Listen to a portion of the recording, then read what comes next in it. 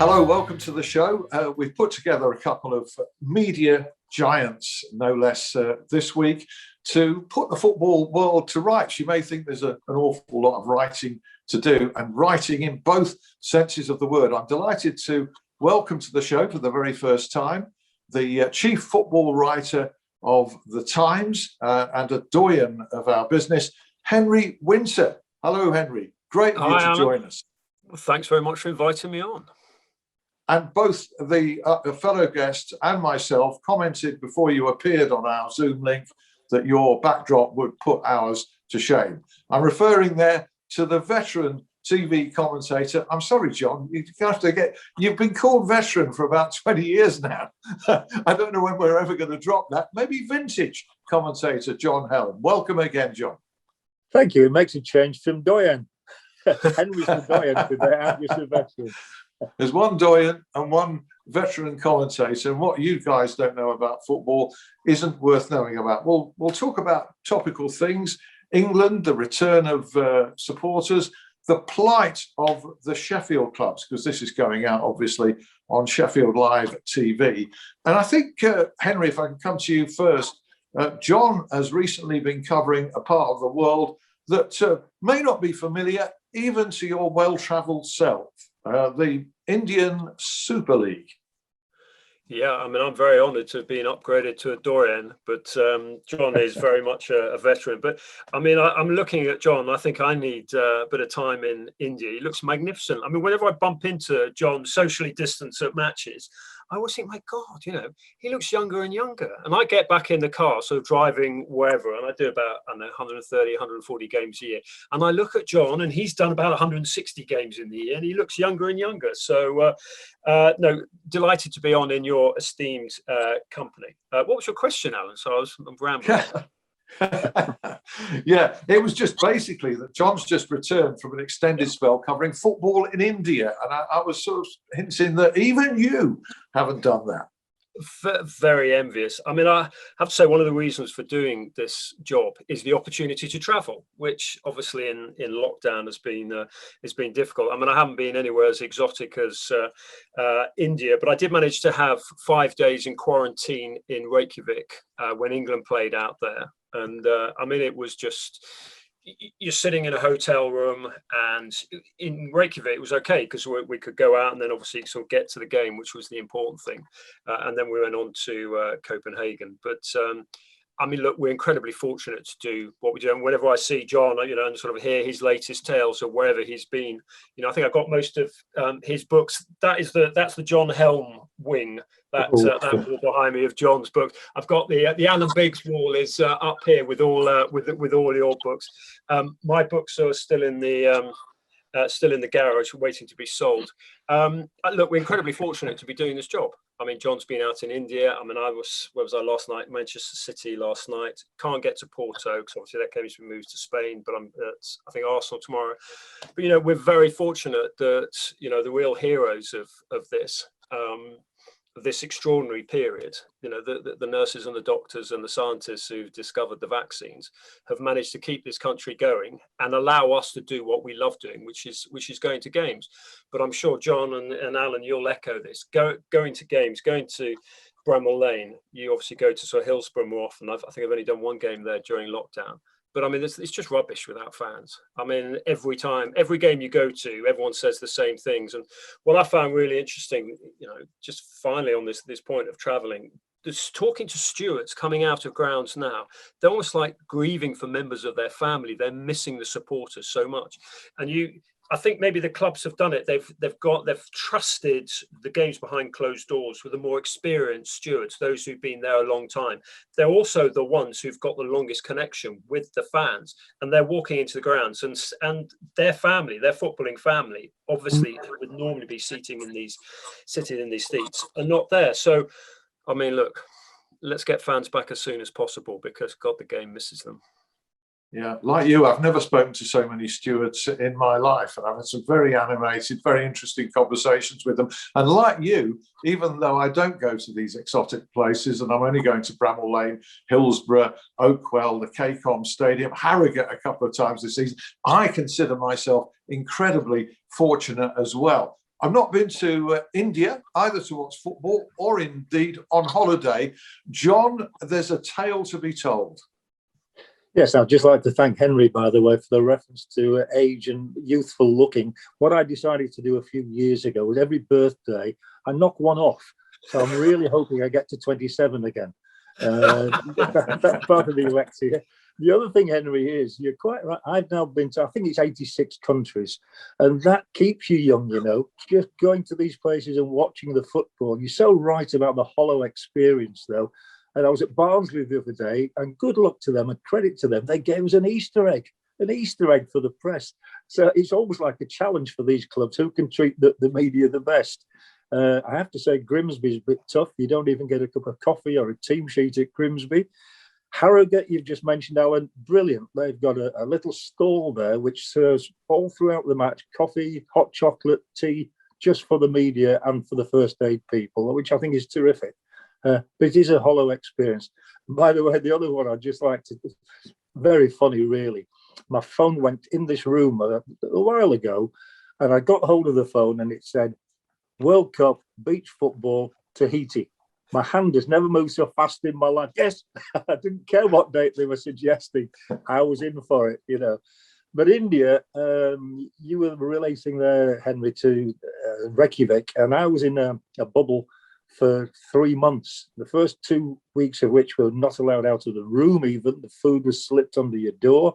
We had to have a COVID test every 3 days. So I've had 49 COVID tests while I was in India.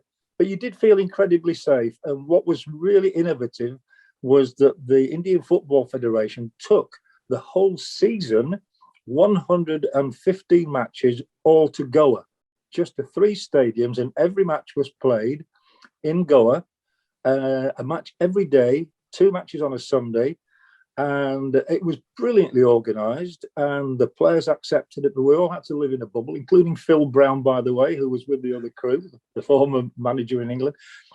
We had to live in that bubble. Not allowed out, not allowed on the beach, not allowed in the swimming pool, not allowed to mix with the other guests in a delightful Meridian hotel, and had to go in the car through a specific route out of your room, in the car, not allowed to stop, match, mask on, commentary, match, back into the car, back into the hotel. So it was a cloistered existence. And in the company, John, out there of some familiar names, because the Indian Super League has been a bit of a magnet, hasn't it? Yes, very much so. Familiar names. Well, here we are talking in Sheffield. Gary Hooper plays out there these days for the Kerala Blasters. Jacques Magoma was playing for East Bengal, both ex-Sheffield Wednesday players. And the manager of East Bengal, by the way, you will definitely have heard of. His name is Robbie Fowler.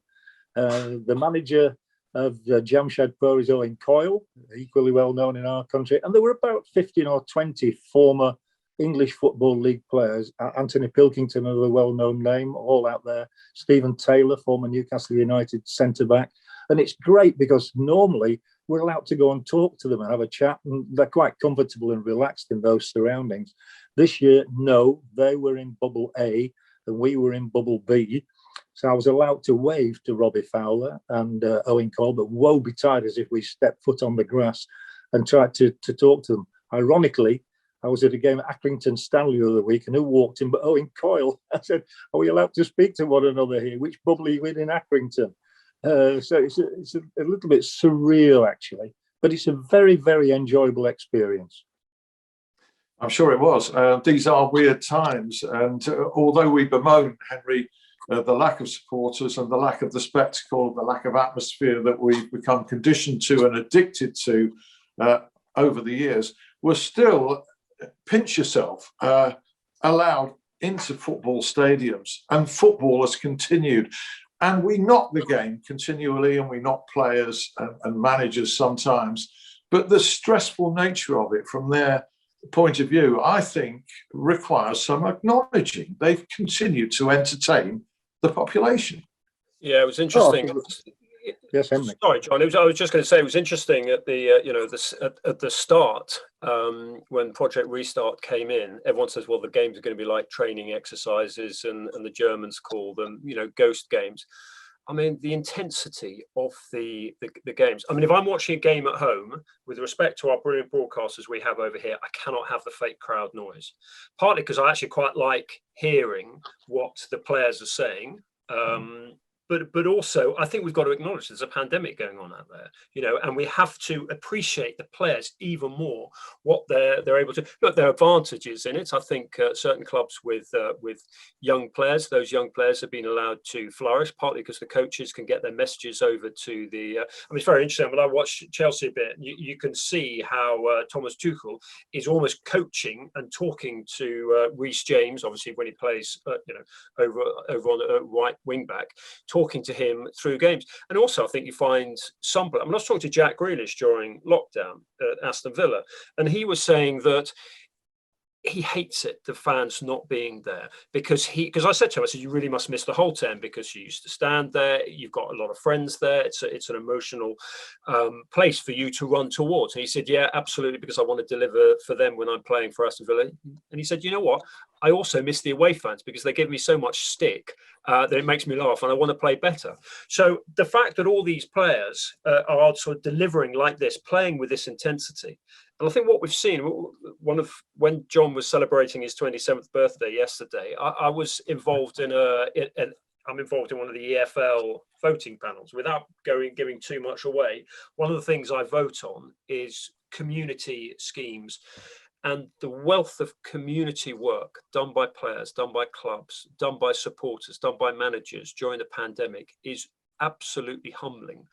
Society has been in crisis, and who has rallied round? Obviously the NHS, the doctors, the nurses, the people finding the vaccines have just been fantastic. But football clubs are just unbelievable.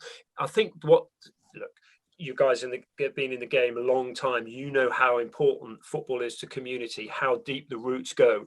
But I think we've seen in the pandemic, some of the clubs, like people might have a go at Manchester United, big sort of corporate money sort of driven organisation. But before the pandemic, they were involved in 20 local schools feeding kids. And those kids were the really hungry ones, the ones that Marcus Rashford was trying to help. So clubs have helped out. Sheffield United have been doing great things. I was at Barnsley the other night and seeing some of the work the cup game against Chelsea, echoing John's quote. They're just so hospitable. But you look at the work they do, and a lot of these clubs, say like a club like Port Vale, a club like Doncaster, or all over the country, they're often in areas which have been really badly hit by COVID, really badly hit by furloughing and economic issues. And I think the clubs have just, really deserve a pat on the back, the work they've done, the players across the country, what they've done off the pitch as well as on the pitch. Quite rightly, they're paid to do something that we would do for nothing. But I agree with you completely, Alan. Their performances on the pitch, the intensity. And then you get someone like Marcus Rashford, who ran rings around the Prime Minister and got him to see sense over something which should be inherent in every society, making sure that kids don't go to bed hungry at night. So absolutely, on the pitch and off the pitch, the players and the clubs and football generally. Look, there've been a few COVID idiots and all that, but I think football's actually come out of this pandemic well. Henry, can I just say there, I couldn't agree more, and I'm really glad you've made that point. I read an article the other day about a young player, and they don't ask for any publicity, and he's been going into local youth clubs and raising money for them, and he's raised thousands and thousands of pounds for grassroots football. We never hear about that, and I think that's a really good and a valid point to make. And they don't ask for any publicity. The other thing I would say, and I couldn't agree with you more again, is about the sound effects on football matches. The only thing I'm a little bit sick of hearing now is a commentator apologising for the language. Do it once maybe, but it's part of football. That's the way it is, and you can't have the one without the other. And okay, if it gets excessive, then you're going to say something, but then turn the sound down or turn the microphone off if you can. But I just think it's gone far enough now. We don't need to apologise. Yeah, totally agree with you on that. And also, just to weigh in with the praise for football clubs, I think the way we in the media have been treated and received in stadiums and the way we've been accommodated is also very praiseworthy. And I'm not singling out a particular club, because everyone that I've dealt with has been exceptionally good. I'm going to go back to the Indian Super League later and talk about the phenomenal TV audiences that I know that John has been commentating to. We'll also talk about England and their prospects for the Euros, because Henry is very close to that. But I just wonder if we can bring it back humbly to Sheffield football at the moment, because the city, let's just say this, no crisis in football mirrors or equals a crisis in life, in COVID. So that puts everything into proportion. But Sheffield United and Sheffield Wednesday are both struggling. Sheffield United are going down. Sheffield Wednesday could well exit the Championship and go into the third tier. And while I wouldn't point the finger necessarily at both clubs, in that foreign ownership is prevalent right across the game, we have here two rather remote foreign owners in Prince Abdullah of Sheffield United in Saudi Arabia, and in Thailand, Dapon Chansiri of Sheffield Wednesday. And both their clubs are hitting hard times. And I wonder if supporters are becoming a little bit detached and disenfranchised when it comes to what goes on within their football clubs. Henry, maybe your observations, and we'll go to John after that. This is the opportunity for football to have a reset. I think, as we've been talking about, as John's very eloquent phrase, it's a hollow experience without fans. Fans have got to be better treated. I think if you look at the, how the broadcasters, particularly the overseas broadcasters, when you sort of bump into them at matches, they say they're really missing the fans, because one of the reasons why they fork out such huge sums, the billions of pounds that goes into English football, is because of the backdrop provided by the supporters. The fans are the lifeblood of the game, just like they've been the lifeblood of community with the work they've done. I think there needs to be a reset. I mean, at a very sort of minor level, I've been trying to badger government and the authorities to, whether it's ticket prices, whether it's away ticket prices, because we know how the away fans, often the most hardcore fans, and they're the ones who can actually get the atmosphere going at games as well, to actually have 20s plenty, which is a scheme that the Football Supporters Association, who do such fantastic work, bringing that in to reduce price. One of my big concerns, and it's not simply because I've got kids at this age, but the 18 to 24 generation, those who've been particularly badly hit by COVID, not in terms of health, but in terms of how it's messed around their schooling and their education and their first steps into sort of grown-up life, is I think that generation is being lost from football because of the cost, because those are sort of kids who are going into college, maybe the first steps of a career, maybe they're trying to buy a property, settling down in a relationship. Are they being disenfranchised because of the cost from football at that age? And they're the future, they're the atmosphere, they're the reasons why the overseas broadcasters and the domestic broadcasters pay billions, what is it, 7 billion quid in the television deal. So we've got to look after that. So coming back to your point about fans and bringing it back to Sheffield, I find it extraordinary that the two owners, I mean, look, your general point is that they're bad English owners, Mike Ashley at Newcastle, and they're very good foreign owners. I live near Leicester, Vishai, beloved Vishai, who passed away, was just, he's almost deified in Leicestershire because of what he did for Leicester City Football Club. So, but the key thing is communication. It's respect for fans. And I think if the owners of Sheffield United and Sheffield Wednesday, I know they occasionally have their sermons that they put out through sort of, chosen broadcasters or whatever, they have to communicate with fans more, because without fans, as we've seen in the last year, what is the game?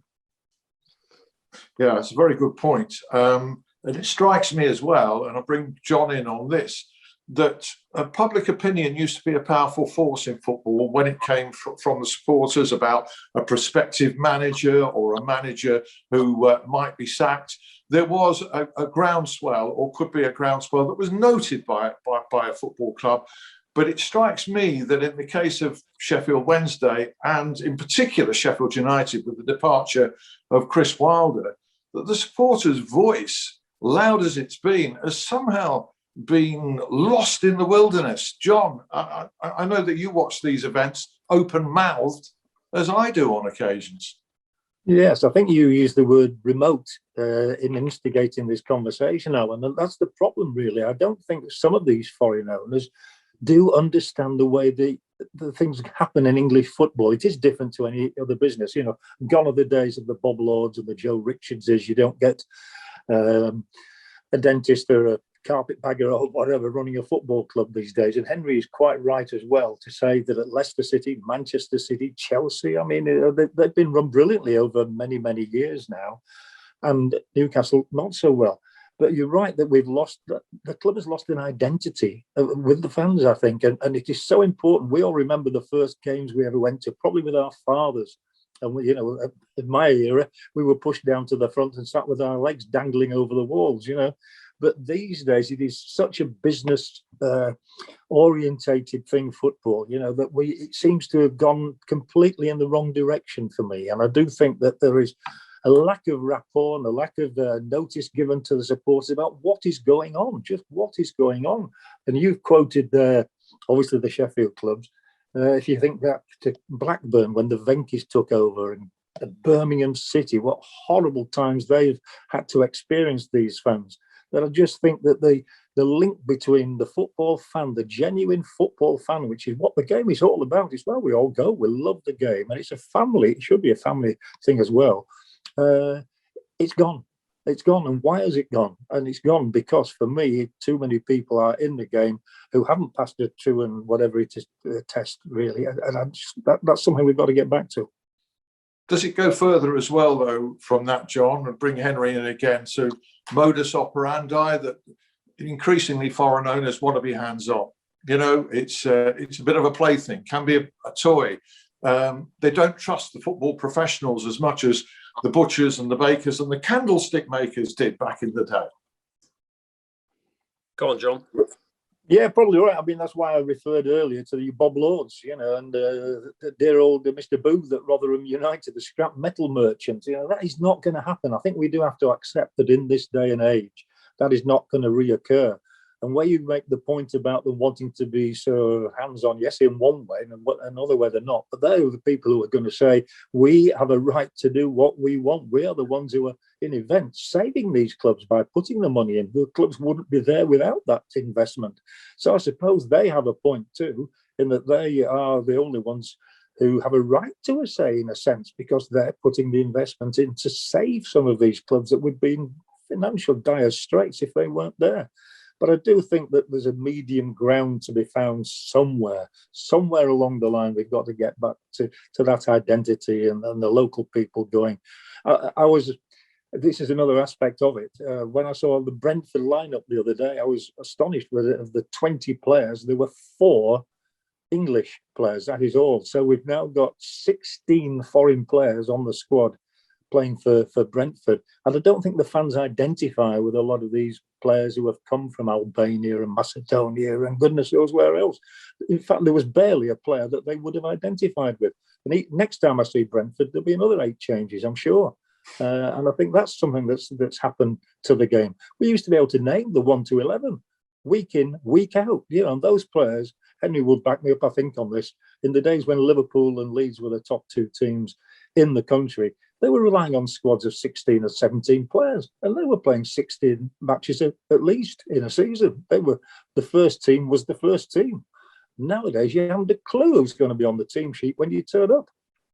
I think it's almost a price of the success of football. It's not, I mean, they call it the English Premier League, but it is the #1 sports league in the world. And it's become, I think they're quite happy to, if you talk to people at the Premier League, they're quite happy when foreign players come in, foreign owners come in, foreign managers come in, because it means more money from foreign broadcasters. So they want to pitch themselves almost like football's answer to the NBA, which appeals to football all over the world.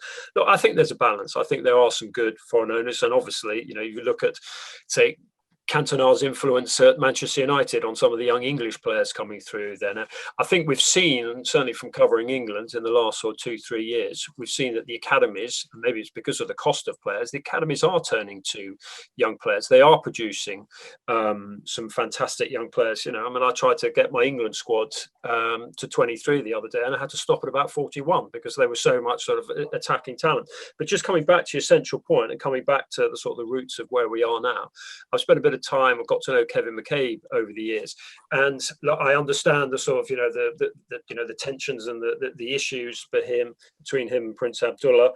Without straying into that, what I would say is that having driven around Sheffield with Kevin McCabe in his car, with him pointing out. I mean, it was like having my own private guide, not simply about the sort, Carl Walker grew up over there or whatever. Just his roots are in the community. He, if the car stopped, he would know people. And I agree with you, and I echo that. It would be sad if football loses that connection. And Kevin's heart was obviously, completely in the club as well as in the community. It's sad we've lost that, but there are some good foreign owners. Whatever you think of Abramovich, he genuinely loves everything that goes on at Chelsea. I've been at the training ground and seen him watching under-16 games. He's incredibly supportive of the ladies team there. So, there's good and bad, but I think we have to accept this is the modern world, and it's a very international game. But I think what the last year, coming back to that, has shown is how vital clubs are for the community. And if anything went wrong in football, if hooliganism returned, it would be that local community which would then start supporting the club again. So, again, there's a balance there. That's a great point, Henry, to end part one on the vital nature of football in the community. We've still got to talk about the international football, maybe a bit more about the events at Sheffield United, and John pulling in millions and millions of viewers in India, all coming up and more in part two. Hope you can rejoin us in a couple of minutes.